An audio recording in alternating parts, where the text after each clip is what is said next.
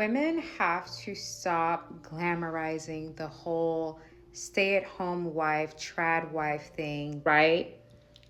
The only way that that works is if you and this man have sat down and you said, listen, I'm giving my financial independence away to you, my autonomy away to you, my years away to you to be a full-time mom. I love my kids. I'm going to take care of my kids, the full shebang. The next thing is, okay, how are we going to talk about retirement? My retirement, because you're working, so you're good. I'm the one that's in the hot chair. I'm in hot water, right? Because I'm relying on you for everything, right? Like, hey, you're staying at home with the kids. I know you wanted to do that. I want you to know that you are safe. I will pay you your salary, or I will pay you half of your salary. Or they write something up with an attorney where a percentage of that man's income is going to go to an account created for her. Any man who wants you financially vulnerable is a narcissist. He's a controlling Machiavellian man. Because if a man truly loves you, he is never going to put you in a position to be vulnerable, even when you guys are not together. You're the mother of his kids and he respects that.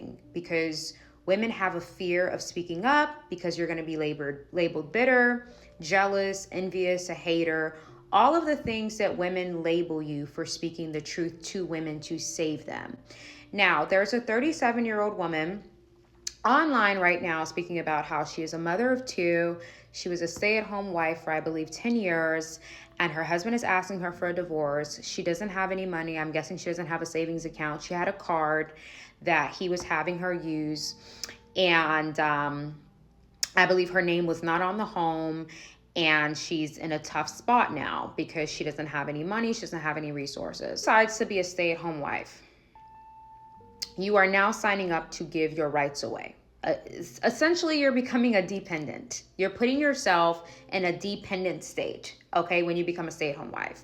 Meaning the time that you would have to have a career, grow your career, get experience, build your savings account, have Social Security money, retirement money, just being a full-grown adult with power over your finances, you're giving that away to that man.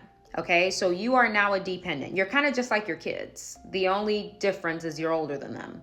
But financially speaking, power speaking, you are a dependent of that man now, right? That's why a lot of times women and children go together, because they're like dependents in the old days, because a lot of women were not working, but women fought and risked their lives so women would not be in those compromising situations, which is why I don't understand why women are pushing the trad wife stay-at-home narrative when women of our past fought so you as a woman could not get financially abused by a man. Again, a lot of women they lead other women astray, like I said. I've never seen anything glamorous of being a stay-at-home anything. It's nice to have the option. I personally believe that the only time a woman should sign up or allow a man to make her a stay-at-home mother is if he is a very wealthy man. If he's a very wealthy man, he'll say, okay, if he's a good man, if he's not a narcissist, he'll say, okay, I want you to stay at home with the kids. I know what I'm asking you to give up. I'm asking you to stay at home so I can build my life, and you're risking your autonomy, your freedom, your ability to have power so that I can go out there and get it. So you're sacrificing for me. When a woman stays at home, she is sacrificing for the man to live his life. His freedom does not change.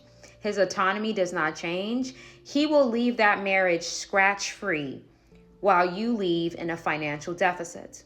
So as I always say, if the man is a successful man, okay, I'm Caribbean. So in Caribbean culture, the only time a woman is a stay-at-home anything is if her man is wealthy. That's the only time you are not looked down on. I'm just talking about Caribbean culture. The only time you're not looked down on or labeled lazy is if your man is very, very, very wealthy, because they know, oh, she's safe. If anything doesn't work out, she's safe. The kids are safe. She'll get a big piece of the pie of the assets.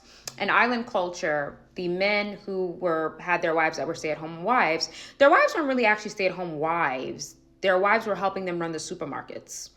because a lot of the super rich, successful people on the islands, they own the supermarkets and the stores and the cam and the money transfer hubs. They own that stuff. So their wives work with them and they pay their wives a salary. So if a man is not able to pay you a salary to be a stay-at-home wife, the answer is no. The answer is no. If he cannot give you the amount of money, what was that? Oh. If he cannot give you the amount of money that you would make at your 9 to 5 or your job, your career, then he should not be requesting you to do that, because he is going to leave scratch free. And because he's not very wealthy, you're not going to have a large divorce settlement money. You're not going to have much, right? So I think the problem is being a stay-at-home mom, trad wife, that stuff is glamorized. That's why you have to be careful with what you consume on social media. The industry that I work in, some of the women are married to multimillionaires and they work. So this whole trad wife, stay at home, that stuff is social media based. In the real world, a lot of women who are married to millionaires, they run companies or they run the company with their husbands. They are not staying at home. They have nannies, they have cooks, they have cleaners, they're out and about, honey. They're on the town, driving down the town in their husband's Ferrari, going to business meetings. Their kids are home with the nanny, or these women were taking their nannies with them everywhere. Like these women were like go-getter women, like Kimora Lee Simmons, Kim Kardashian, Kris Jenner's, like married to very successful men, but very much getting it, right? Beyonce, Michelle Obama getting it. So I don't really know why women are glamorizing and advertising that lifestyle. Do you not know our grandparents hated having to wash clothes by hand and take care of a man hand and feet and stay home? And those women didn't like that. It was very awful for them, which is why they fought for women to have the opportunity to pick and choose and to go out into the workforce and provide for themselves and take care for themselves and live a happy, beautiful life. And it's very disheartening to me that women are trying to bring that slavery back, but with glamour this time. Do you know how long it would take for you to make something from scratch? Do you have any idea how long that would take you? Do you want to go back to washing clothes in buckets and drying them on the lines? Why are we glamorizing hardship? This is why I always tell women to always look at things from a different angle. Why are women glamorizing you having your rights taken away from you and your ability to provide for yourself? That young lady is now going to have to start over again, and it's harder. Because the older you are, when you get into the workforce, you're going to compete with the young women, the young men, the ones that are fresh out of college, fresh out of technical school. Like you're competing with them in the workforce, which is not easy. And then when they see that huge gap in your resume, you haven't worked for 15 years, ma'am, what's that about? Like, this is not a game. When a man financially abuses you in that way. I'm the type of woman where I want to be able to buy my heels, my clothes, my Amazon. I want to do as I please. I don't want to keep asking a man for permission to swipe my card, to swipe my Amex. No, I want to use it when I want to. And I work so that I'm able to do that. That's what's glamorous to me. Not constantly asking a guy, hey, can I have $100 to go grocery shopping? I am not a child. I am a woman. Why are we glamorizing that? If a man truly cares about you, he's not going to ask you to be a stay-at-home anything unless he can financially provide for you what your job and Social Security would be providing for you, because he cares about you when you get old. He cares about, God forbid, if he passes away. He's setting you up to be prepared in life. Any man that is not doing that does not like you for real. And I think women have to get good at noticing when a man doesn't like you and when a man has a big ego. A lot of men, their insecurities is also what they use to encourage a woman to stay at home. They try to glamorize it, but in reality, they don't want you out earning them. They don't want you making more money than them. They don't want you to have autonomy. They want you to give up your life for them, and they try to make it seem like it's romantic. A lot of men, I always say, I know how confident a man is based on what he asks of his wife. Men who are insecure tend to avoid women who are autonomous. They avoid women who have their own money. They avoid women who are not willing to give up their lives for them. Okay, you want to know how confident a man is? Look at his wife. They can talk a big talk. Men can say, "Oh, I'm this, I'm that." Look at his wife.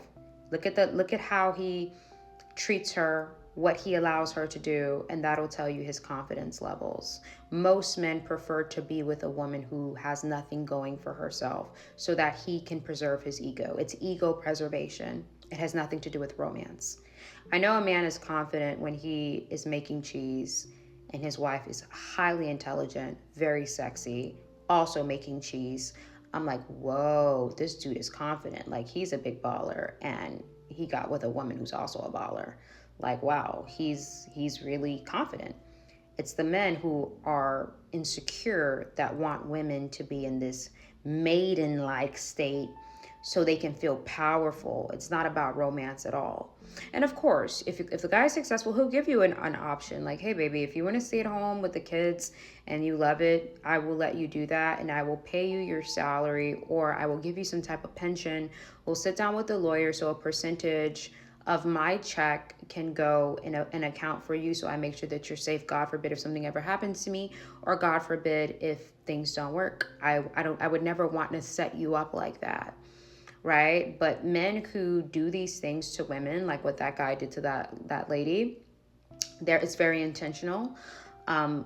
These are men who are very egotistical. When a woman doesn't have any money, they can beat on her. And in Caribbean culture, also what my father taught me, my father said, Mel, if you want a man to watch his mouth when he speaks to you and not raise his hands towards you, get your degree, get your money, get your finances in order. A man will never lift his hand. He won't even do this to you when he knows that you have your own. He will know better. He will speak respectfully, because you will tell him, there's the door, quickly. And as a woman, you want the power to be able to do that. When you don't have anything, they will disrespect you. They will disrespect you. If you have a lot going for yourself, that man, even if he thinks about raising his hand, even the thought won't come to mind. Because when you don't have anything, men see you as a child. That is how they view you. They act crazy, they talk crazy, they do very crazy things. A very good example of this, even though I can't really fully use him as an example, but is when they talk about Diddy and J-Lo. J-Lo's always been a boss chick. And they said that she's really the only one that he never played games with. He never talked to her crazy. He never tried to touch her. He never tried that with her. He was very scared of her, actually, is what they said. So your autonomy and your ability to have your own resources as a woman is going to keep men in check when it comes to you. When you don't have anything, they will not respect you. Even if they convince you to stay home, in the back of their minds, they have the upper hand. Make sure you get your own money, ladies.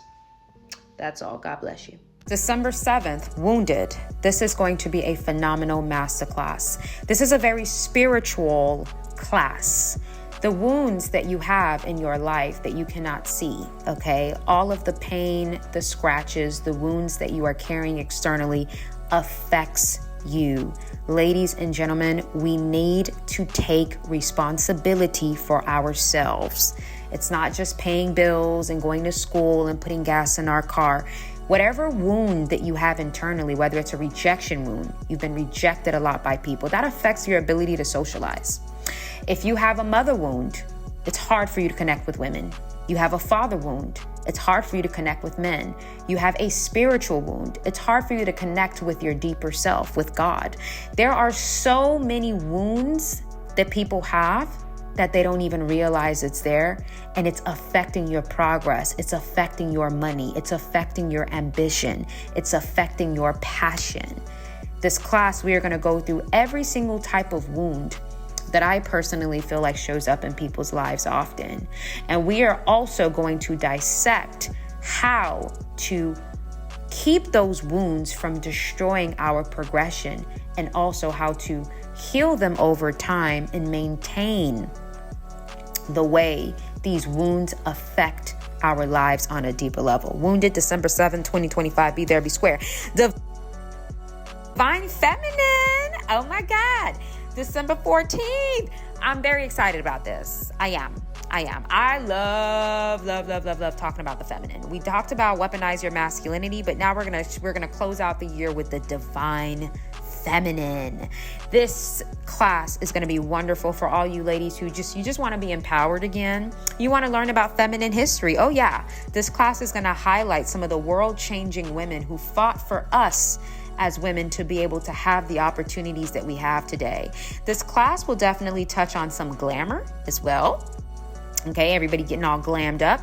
And this class is also going to touch on the spiritual connotations and the spiritual power that we have as women. Women are portals, as I always talk about. So this is going to touch on our internal power, our womb power, womb cleansing.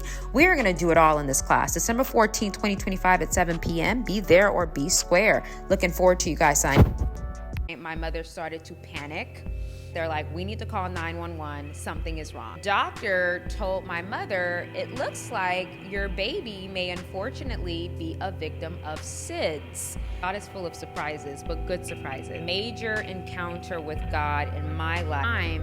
That was the Holy Spirit warning me and giving me signals about a warfare that was. He's never going to lead you in a path that is going to end in your demise. No way. It's important to keep pushing, keep praying, and keep believing, even when you don't see a way out. And because something is right with you, that's why you're getting attacked a lot. God speaks to us through people, through dreams, through scenarios, through feelings that we get, our discernment showing up. You got to take God serious. You got to keep God at the center of your life at all times. I'm going to walk away from God because of these experiences that I've had.